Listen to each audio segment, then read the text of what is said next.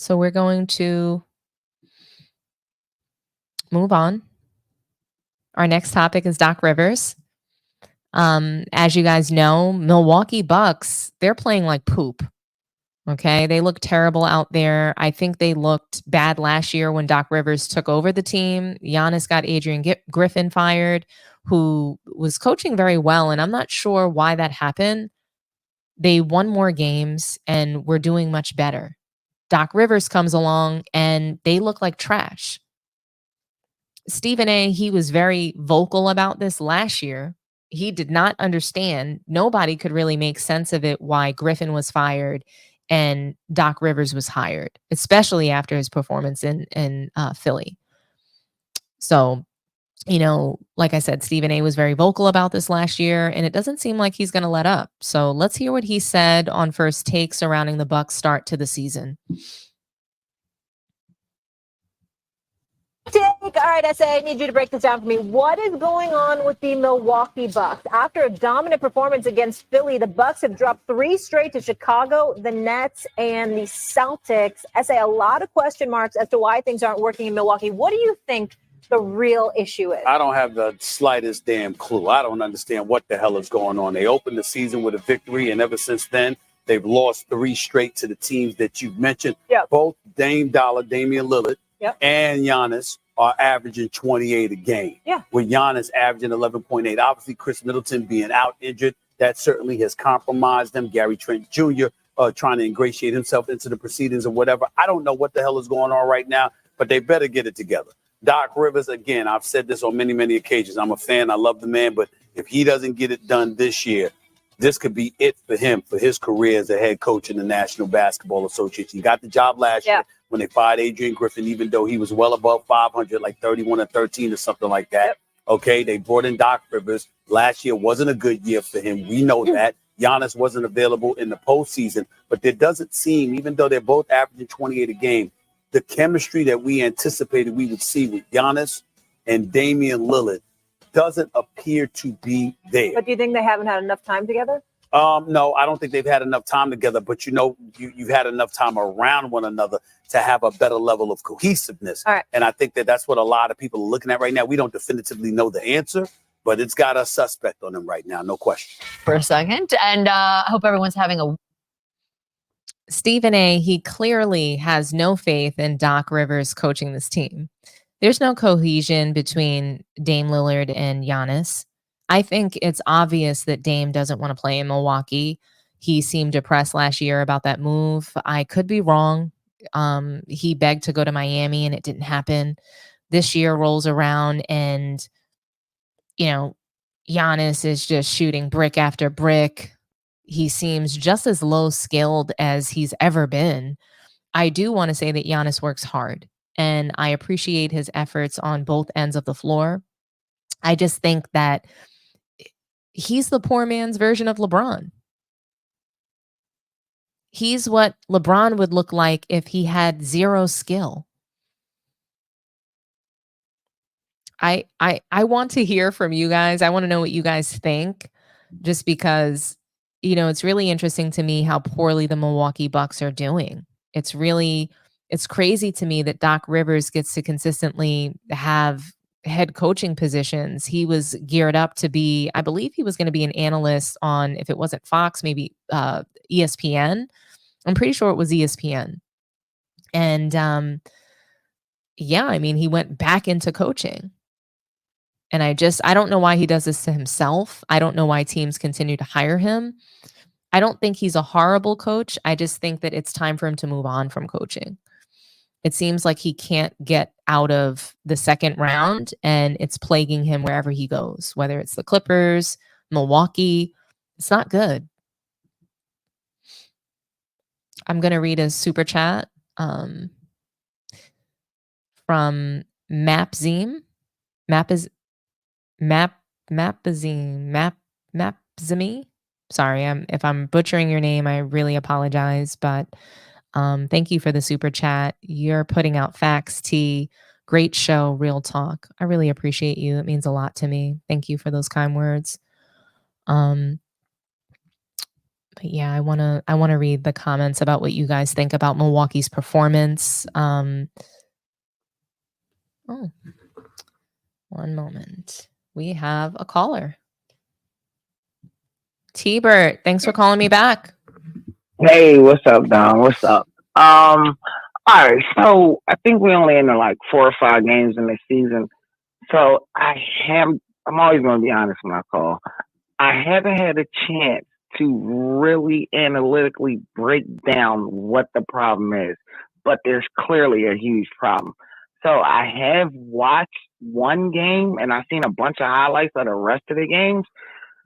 So it's a short sample size in the season, but I will say this: you got to look at history with Doc Rivers, and I'm not saying anything negative because everybody said all the negative stuff already, right? And I don't necessarily disagree with them with what they're saying negatively about Doc, but to fit in Doc Rivers' system, you have to have a special point guard.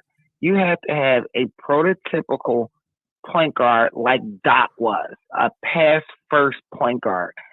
And that's what it takes to run Doc's system successfully on offense.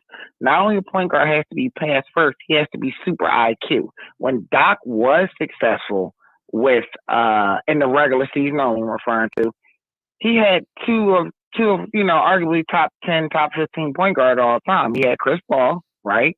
And then he had Rajon Rondo. Right. Those are the type of point guards that can facilitate and orchestrate his high IQ offense.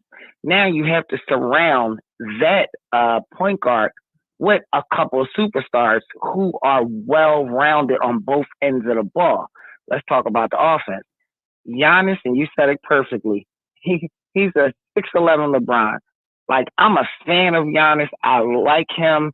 I love his mentality. He's so old school. I love his work ethic. I love his drive. He holds people accountable. I love everything about him, except for his game, right? He has no bag. He has absolutely no bag. Okay, it is what it is, but he's still dominant, right? So that type of player doesn't really work well. Doc Rivers' system needs somebody who has a low post game but multiple moves and can suck the defense out close to the 3-point line. And Giannis is none of that. Then he still needs a small forward that can cut, slash, and play great defense and knock down threes. And the guy that's hurt, who's their 3? He's hurt last year, hurt this year. He's still not back. He got multiple ankle and knee injuries. They needed to trade him.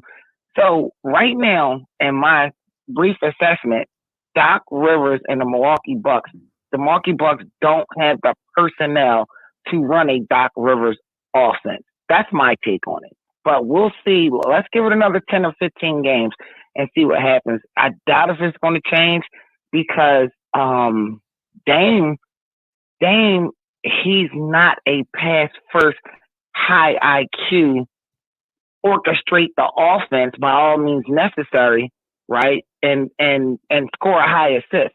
You know, he's not that guy. He's just not. So I don't think this is a match made in heaven for Doc, and just another example of letting the employees run the asylum. It's a problem. But go ahead. What you think about what I said?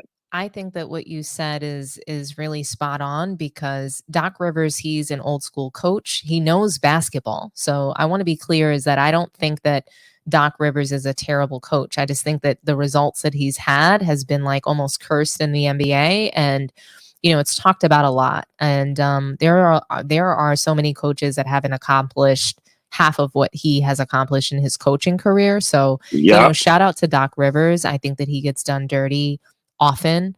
And I think that, you know, different kinds of coaches of different backgrounds get treated differently and spoken about differently in the media. So, you know, shout out to Doc Rivers. I appreciate him. I just think that basically his style of coaching and what he knows up here, it's antiquated for, you know, this new NBA, the players that they're not playing real basketball.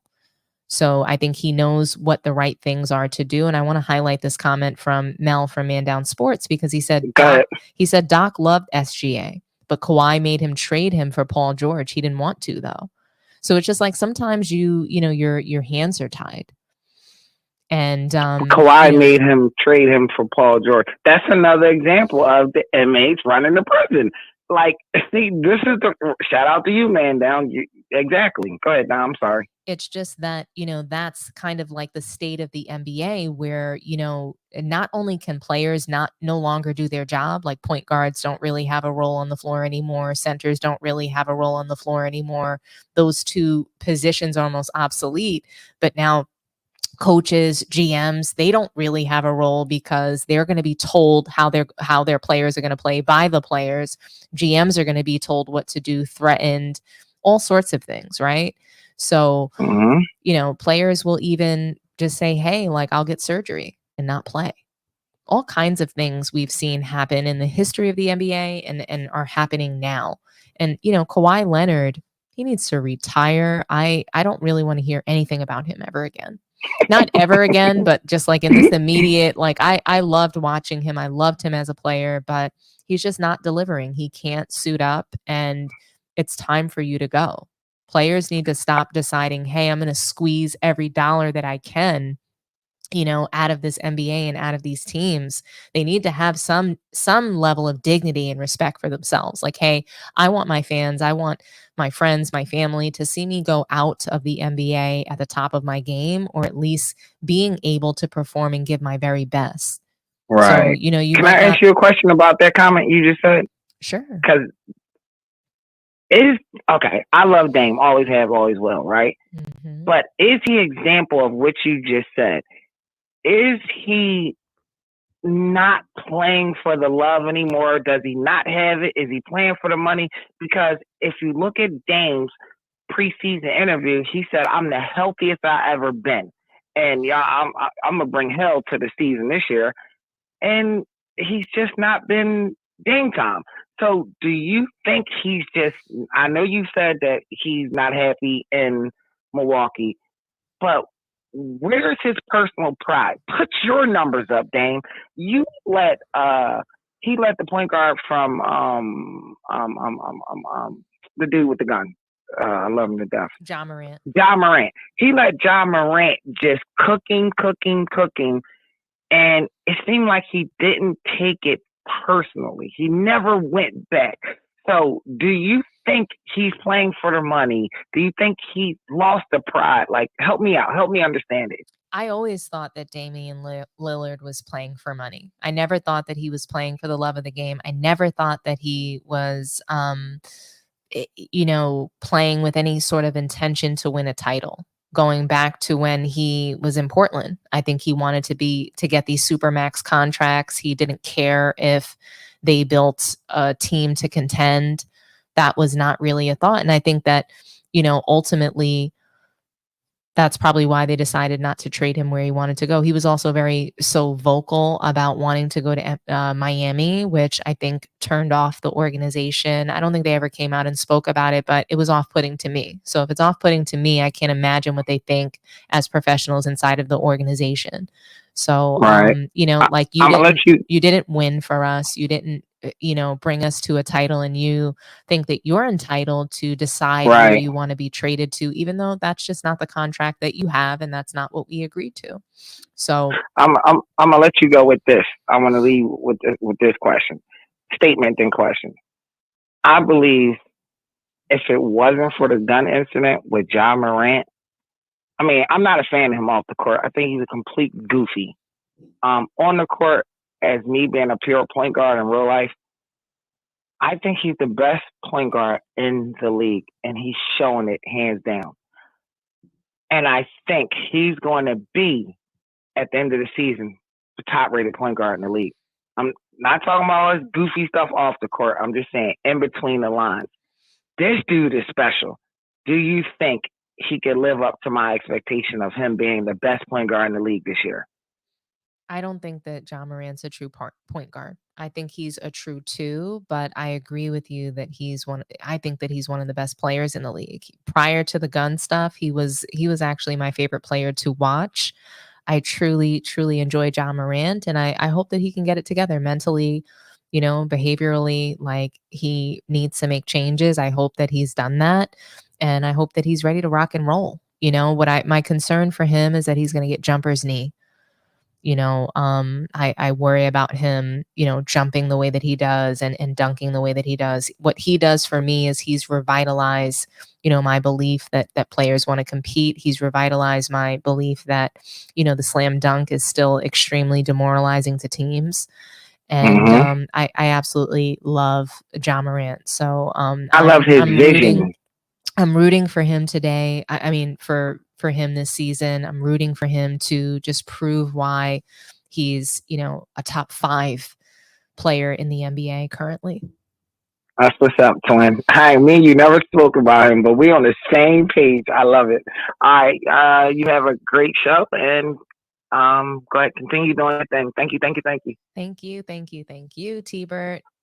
All right, bye. Bye-bye.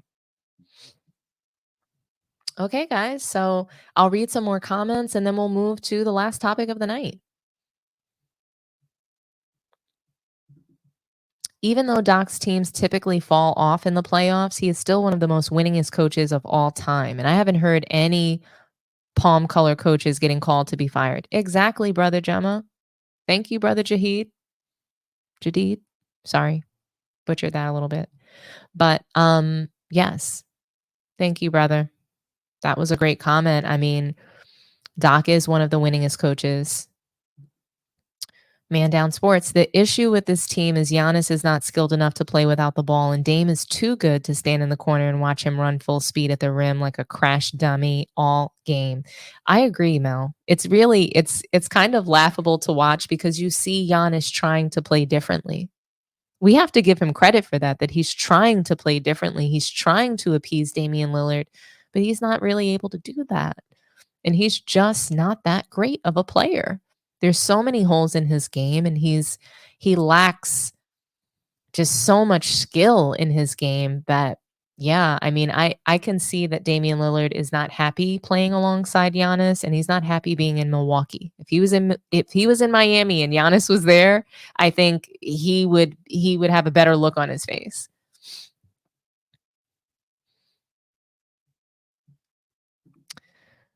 They need more shooters. How does LeBron's do it? I don't know.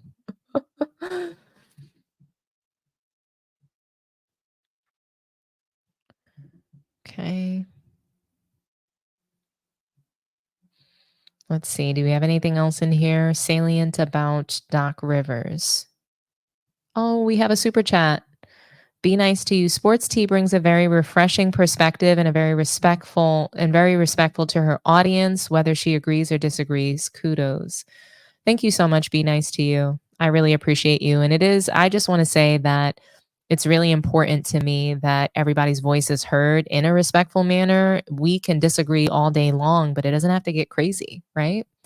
So I want good vibes. I want positive vibes. Anybody that doesn't want to be a part of that, you don't have to be a part of the channel. You don't have to watch the lives. But I am happy to have everybody that's here and that's able to just engage and have fun, because that's what sports talk is supposed to be. It's supposed to be fun. And we're supposed to be talking about the things that we see and our opinions and reacting to those things that we're seeing and hearing in the sports world. So thank you all.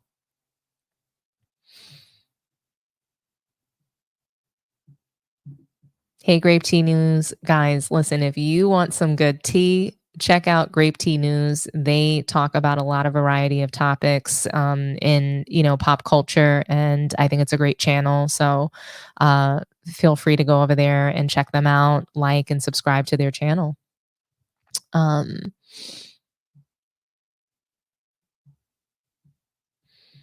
Let's see, what else do we have here? Anything else about Doc? Giannis is a one-trick pony. I mean, yeah, he bum rushes the lane. That's pretty much what he does. Do it, D. Who wouldn't want Giannis on their team? Right now, if I had to if I have to pick between the NBA players that are available, or even just like the selection of foreign NBA players that are balling, I would put Giannis on my team. So I would put him on my team. Actually, No, I wouldn't. I'm going Evan Mobley. Yeah, I don't want Giannis actually. I would put him on the bench. So yes, if we're talking starting 5 and bench, then I don't mind having him come off the bench and explode, bum rushing the lane. But I don't want him starting on my team. Oh, I appreciate you too, Grape Tea News. I really love that you come and support. I see you in Man Down sports chats as well, and I love the community that we're building as YouTubers and content creators. It's really awesome. So thanks for being here. Yeah, Giannis is LeBron minus the passing ability. Yeah. He lacks the skill and the finesse that LeBron has. So when LeBron is bum rushing the lane, he drops a shoulder, but he doesn't just downright he tries to make it look good. He tries to make it seem like he's not drawing an offensive foul. He tries to make it look like he's not running over the defender. He tries to hide it. Giannis is able to just do this. It's like he's got a get out of jail free pass to just playing rugby, galloping down the lane. Like he just gallops downhill, carrying the ball over his head, taking 10 steps into the paint, traveling his way into the paint, running over defenders.